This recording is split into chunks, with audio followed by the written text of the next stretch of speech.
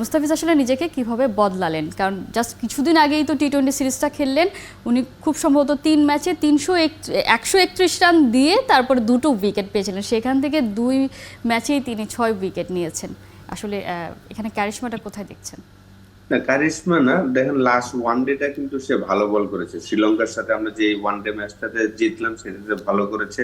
টি-20 সিরিজটা ভালো হয়নি, কারণ আমরা যে সিরিজটা খেলেছিলাম ঘাসের উইকেটে খেলেছিলাম, সেখানে তার যে স্টক বলটা কাটার যে জিনিসটা সেটা অতটা কার্যকরী ছিল না ওই উইকেটে। সেই কারণে সে একটু এক্সপেন্সিভ ছিল। কিন্তু লাস্ট ওয়ানডেতে আবার চমৎকার বল করেছিলেন, আমরা যে ম্যাচটা জিতে সিরিজ উইন করেছি। 1, 2, 3 ঢাকায় জমি জিতে নিন 100% ক্যাশব্যাক সহ 20 কোটি টাকার পুরস্কার। 2015 থেকে তার বাংলাদেশ টিমের ডেবু, আর ওয়ার্ল্ড কাপের পর থেকেই তার ডেবু হয়েছে।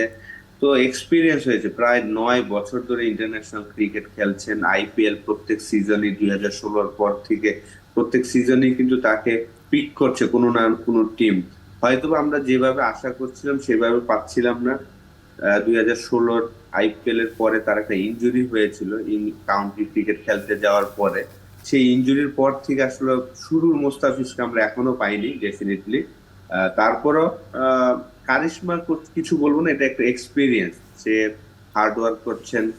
লাস্ট ওয়ানডে তো সে ভালো বল করেছেন।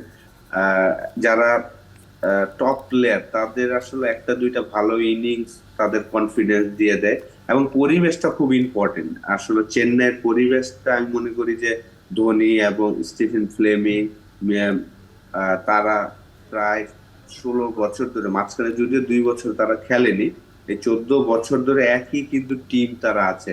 তো ওই টিমের মধ্যে থাকা থেকে আসলে ভালো পারফরমেন্স, সবাই সবাই চায় যে সবাই পারফর্ম করুক। আহ, যখন সবাই চায় ভালো পারফর্ম করুক সবাই, তখন ভালো হয়। আমাদের দেশে তো আসলে আমরা নিজেরাই ওয়েট করি যে কখন সে খারাপ করবে আর আমরা তাকে নিয়ে সমালোচনা করব। এই কারণে আমাদের আসলে সমস্যাটা হয়।